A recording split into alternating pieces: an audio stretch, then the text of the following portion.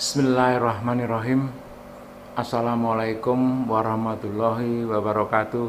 Pemirsa yang dirahmati Allah SWT, saya akan memberikan informasi tentang revolusi pengendalian banjir di Indonesia.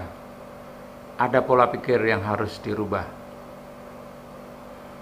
Alasan merubah pola pikir tentang pengendalian banjir di Indonesia: 1. Turunnya hujan adalah rahmat Allah dengan tujuan untuk sumber kehidupan dan sumber-sumber air di bumi. 2. Turunnya hujan bulanan relatif sama besarnya dan tetap setiap bulannya atau setiap tahunnya. Solusi pengendalian banjir selama ini tidak menyelesaikan di lokasi penyebabnya dan bertentangan dengan tujuan diturunkannya hujan. Penyebab utama banjir karena perbuatan kita. Pembangunan tidak memperhatikan ekologi, merusak daerah aliran sungai. Bukti dan fakta banjir Jakarta. Kita butuh air tawar, bahkan semua makhluk di bumi ini. Dan hanya satu-satunya sumber air tawar yang utama didapat dari kejadian turunnya hujan. Pola pikir pengendalian banjir yang akan diterapkan yaitu: kejadian turunnya hujan adalah satu-satunya sumber air tawar untuk kebutuhan seluruh makhluk di bumi. Oleh karena itu, kita wajib menyimpannya, karena kita tidak dapat melakukan terjadinya hujan. Musim hujan banjir, musim kemarau kekeringan. Ada yang salah dalam mengelola hujan di Indonesia. Alasannya adalah, maksud diturunkannya hujan adalah rahmat Allah untuk seluruh makhluk di alam semesta ini sebagai sumber kehidupan dan menjadi sumber-sumber di bumi. Bertujuan untuk memberikan keyakinan, keimanan, peringatan bagi umatnya untuk dimaknai sebagai hikmah bagi umat yang bertakwa kepada Allah SWT. Telah difirmankan oleh Allah SWT sebagai berikut: Dialah yang meniupkan angin sebagai pembawa kabar gembira dekat sebelum kedatangan rahmatnya atau hujan, dan kami turunkan dari langit air yang amat bersih. Al-Furqan 48 dan Al-A'raf 457. Dan yang menurunkan air dari langit menurut kadar yang diperlukan, lalu kami hidupkan dengan air itu negeri yang mati. Seperti itulah kamu akan dikeluarkan dari dalam kubur. Al-Quran Surat Al-Zukhruf 43 ayat 11. Apakah kamu tidak memperhatikan bahwa sesungguhnya Allah menurunkan air dari langit, maka diaturnya menjadi sumber-sumber di bumi. Kemudian ditumbuhkannya dengan air itu tanaman-tanaman yang bermacam-macam warnanya. Lalu ia menjadi kering, lalu kami melihatnya kekuning-kuningan. Kemudian dijadikannya hancur berderai-derai. Sesungguhnya pada yang demikian itu benar-benar terdapat pelajaran bagi orang-orang yang berakal. Al-Quran Surat Al-Zumar 21. Jadi sudah cukup jelas ketika firman Allah SWT tersebut. Maksud, tujuan, dan fungsinya hujan adalah rahmat bagi seluruh umat atau makhluk di bumi. Hujan sebagai sumber kehidupan dan hujan sebagai sumber-sumber di bumi. Sungguh ironis melihat fenomena krisis air bersih melanda Indonesia. Sebuah negara yang kaya air, sebagai negara maritim, Indonesia memiliki 6% persediaan air dunia, atau sekitar 21% persediaan air Asia Pasifik. Namun dalam forum air dunia kedua di Den Haag yang diselenggarakan pada Maret tahun 2000 dikatakan bahwa Indonesia merupakan salah satu negara yang akan mengalami krisis air pada tahun 2025.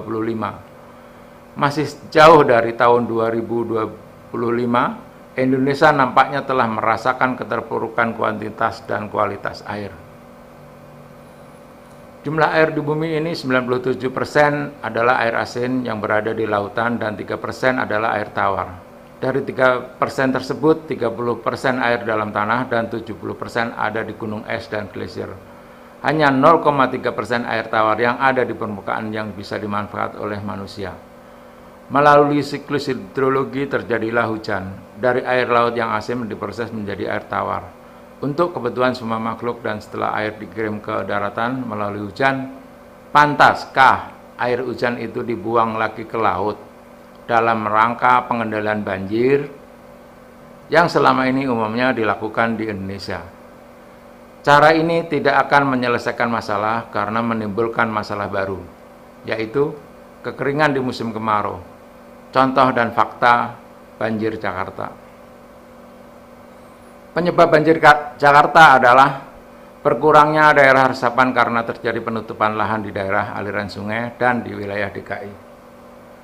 Fakta dan data pertama adalah curah hujan bulanan selama 40 tahun relatif sama dan tetap. Memperhatikan hasil pengamatan dari BMKG, yaitu perubahan normal curah hujan tahun 1981 sampai tahun 2010 dengan tahun 1971 sampai tahun 2000, menampilkan informasi perubahan normal curah hujan 30 tahunan di wilayah Indonesia. Data yang digunakan adalah data curah hujan rata-rata bulanan selama periode tahun 1971 sampai tahun 2010. Yang dikumpulkan dari titik pengamatan yang tersebar di Indonesia, yang selanjutnya diolah menjadi informasi curah hujan normal dalam dua rentang waktu, yaitu tahun 1971 sampai tahun 2000 dan tahun 1981 sampai tahun 2010. Ada 80 titik pengamatan di 11 provinsi di Indonesia yang hasilnya relatif sama dan tetap setiap bulannya atau setiap tahunnya. Ini adalah fakta stasiun hujan di Sawangan yang mempengaruhi daerah aliran sungai Ciliwung. Stasiun hujan Empang, stasiun hujan Depok, dan stasiun hujan Gunung Mas. Seperti di grafik, tidak ada yang perubahan dari dua rentang waktu tersebut. Ini informasi dari Republika.co.id. Berdasarkan hasil penelitian, dalam 1 detik sekitar 16 juta ton air menguap dari bumi. Angka ini menghasilkan 513 triliun ton air per tahun. Angka ini ternyata sama dengan jumlah hujan yang jatuh ke bumi dalam 1 tahun. Per tahunnya, air hujan yang menguap dan turun kembali ke bumi dalam bentuk hujan berjumlah tetap, yakni 513 triliun ton. Menurut Harun Yahya, fenomena alam itu sesungguhnya telah dinyatakan dalam Al-Quran sejak abad ke-7 Masehi dengan menggunakan istilah menurunkan air dari langit menurut kadar. Mari kita simak Al-Quran surat Al-Zukhruf 43 ayat 11. Dan yang menurunkan air dari langit menurut kadar yang diperlukan, lalu kami hidupkan dengan air itu negeri yang mati. Seperti itulah kamu akan dikeluarkan dari dalam kubur. Menurut Harun Yahya, air senantiasa berputar dalam suatu siklus yang seimbang menurut ukuran atau kadar tertentu.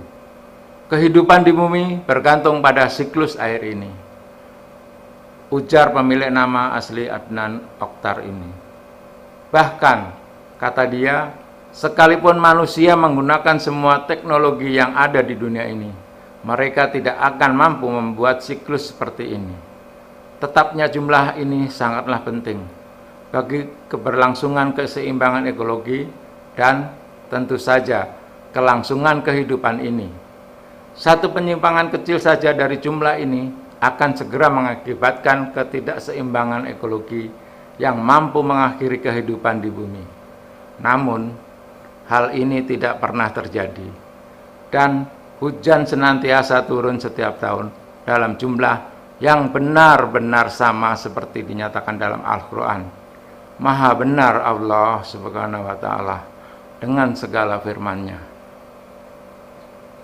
Fakta dan data kedua adalah berkurangnya daerah resapan di daerah aliran sungai dan di wilayah DKI. Ini akibat perbuatan manusia. Ini adalah daerah resapan yang berkurang di watershed area. Ini adalah perubahan penggunaan lahan di Jakarta tahun 1972 sampai tahun 2002. Fakta dan data ketiga adalah meningkatnya debit banjir di musim hujan dan menurunnya debit di musim kemarau. Ini adalah kenaikan debit puncak di Stasiun Katulampa, Sungai Ciliwung. Ini adalah penurunan debit Sungai Ciliwung di Katulampa pada musim kemarau. Karena sudah tidak ada resapan, maka penurunan debit terjadi pada musim kemarau. Fakta dan data keempat adalah meningkatnya daerah genangan di DKI setiap tahun pada musim hujan dan terjadi peningkatan kekeringan di musim kemarau. Ini adalah luas wilayah banjir di Jakarta yang semakin meningkat luas genangannya. Dari tahun 1980 sampai tahun 2007 terjadi 23 kali lipat luas genangan yang terjadi. Perubahan iklim yang ditandai dengan perubahan pola hujan dan jumlah intensitas hujan sering dianggap sebagai faktor yang menyebabkan kejadian banjir di kawasan Jabodetabek. Namun, demikian berdasarkan data curah hujan bulanan dan harian yang ada di kawasan ini tidak dapat menjelaskan bahwa terdapat perubahan pola dan intensitas hujan. Data curah hujan bulanan di Stasiun Jakarta Observasi tahun 1866 sampai tahun 2003 yang disajikan pada gambar 3.21 menunjukkan bahwa tidak terjadi perubahan pola hujan di kawasan ini. Dengan kata lain, anggapan bahwa penyebab utama banjir wilayah Jabodetabek akibat perubahan iklim dan curah hujan adalah sama sekali tidak berdasar data dan fakta. Sumber ini dari data penyusunan rencana detail penanganan banjir Jabodetabek Jur bagian 1 halaman 57 yang dihasilkan dari Departemen Kehutanan Indonesia. Hasil rencana inilah yang benar sesuai fakta penyebabnya dan rekomendasinya sebagai berikut. Ini gambar yang saya sebutkan tadi, grafik. Itu tanda tinta hitam itu menandakan bahwa relatif sama rata-rata. Bab 6 kesimpulan dan rekomendasi. Berdasarkan hasil analisis kawasan dan hasil analisis kajian dapat disimpulkan sebagai berikut. 1. Kejadian banjir di Jakarta dan sekitarnya dipicu oleh perubahan penutupan lahan terutama pembangunan pemukiman baik di hulu, tengah maupun hilir yang tidak diimbangi dengan resapan. 2. Pola hujan dalam tempo 150 tahun terakhir menunjukkan banjir di Jabodetabek dapat dikendalikan karena penyebab utamanya bukan perubahan pola iklim dan curah hujan.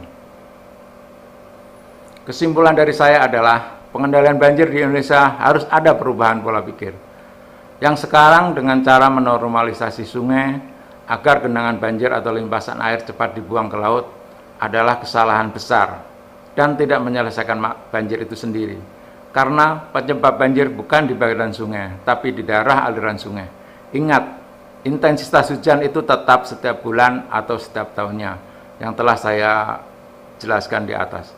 Pengendalian banjir saat ini harus dengan pola pikir simpanlah air hujan untuk kebutuhan di musim kemarau dengan cara perbaikan daerah aliran sungai dengan melakukan reboisasi hutan, pembuatan sumber resapan, biopori, waduk, danau atau situ dan lain-lain. Banyak teknologi yang dapat dilakukan untuk menyimpan air hujan.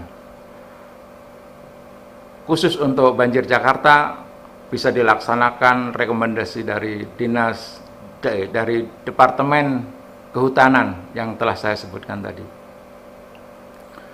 Demikian informasi dari saya. Insya Allah pola pikir ini bisa dilaksanakan di Indonesia sehingga tidak ada musim hujan banjir dan musim kemarau kekeringan lagi. Amin ya rabbal alamin. Billahi taufik wal hidayah. Wassalamualaikum warahmatullahi wabarakatuh.